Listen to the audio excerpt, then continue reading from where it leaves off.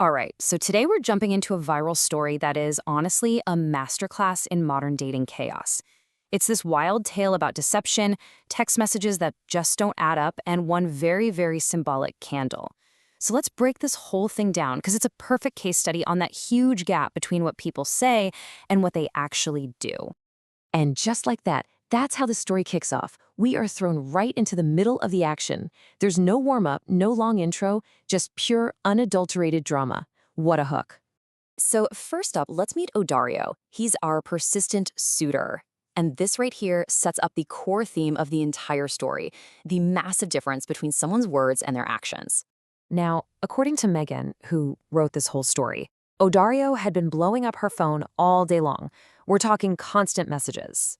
He's laying it on thick, painting this picture of a guy who is super eager and just cannot wait to see her. Okay, and this is the lie that the entire mess is built on. He didn't just say he was single. No, he swore up and down that he and his girlfriend, Vancheka, were totally done. Looking back on it, Megan's like, yep, that was the first giant waving red flag. So she takes him at his word. Based on everything he's been saying all day, she starts to get ready for him to come over. She cleans her house, gets herself ready, and even lights a candle to set a nice vibe. She's putting in time and energy here, all because she's trusting what he's telling her. And just when you think you know where this is headed, bam, the story takes a hard left turn. This is the moment it all starts to unravel, and it's all thanks to a phone call from a number she doesn't recognize.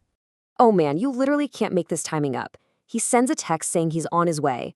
Almost immediately, her phone rings. She answers it and just gets hit with this bombshell of a question. Why are you calling my man? And her reaction, it is so real and so relatable. She says it felt like her spirit literally just left her body. You know that feeling, right? That stomach-dropping, heart-stopping moment of complete shock when you realize everything you thought was true just isn't. And now we're at the climax. This is where it all comes crashing down. It's not just about one person getting caught in a lie. It's about two completely different realities smashing into each other in real time through a phone call and a text message. I mean, just look at this. This lays the whole lie bare. On one hand, you've got Vancheka on the phone saying she is right next to him. At the exact same time, he's texting Megan that he's outside her place. The audacity is just, wow, breathtaking. Which leads us to, honestly, the most iconic, legendary punchline of the entire story. It's the perfect response. It captures all the frustration, the disbelief, and the pure absurdity of the situation in just two perfect words. Outside where?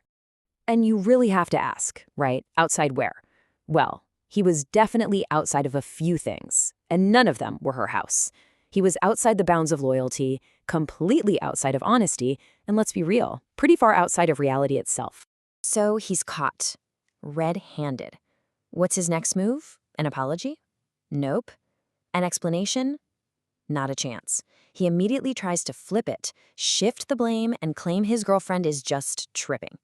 It's such a classic move, trying to avoid any kind of accountability by making someone else seem crazy. So how does this all end? Well, this part's not about revenge or drama. It's about the resolution. It's about Megan making a choice, choosing her own peace of mind over getting tangled up in a web of lies. And she doesn't mess around. Her response is swift and it is decisive. Bam, he's blocked. Bam, the whole conversation is deleted. And then there's the candle. She doesn't blow it out in anger. She just lets it burn out by itself. It's this really powerful symbol of just letting the whole situation and all the energy she put into it just die out on its own.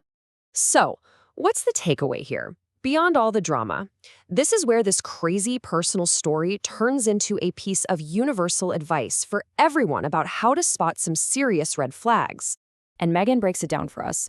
Looking back, she says the signs were all there. The intense rush to meet up, which is a classic love bombing tactic. The way the lies just seemed to roll off his tongue a little too easily. And just the general secrecy of how he was moving. These are real, actionable warning signs to watch out for. But this right here, this is probably the most important piece of wisdom from the entire ordeal. It's so powerful. If he's willing to lie with you to someone else, he will eventually lie on you, and he will absolutely, most definitely lie to you. And really, that's what it all boils down to. That's the ultimate takeaway. All the drama, the lies, the love bombing, none of that is worth sacrificing your mental and emotional peace. So, as we wrap this up, the story leaves us with a pretty important question to ask ourselves. When you're faced with drama and deception, what is your peace worth? It's definitely something to think about.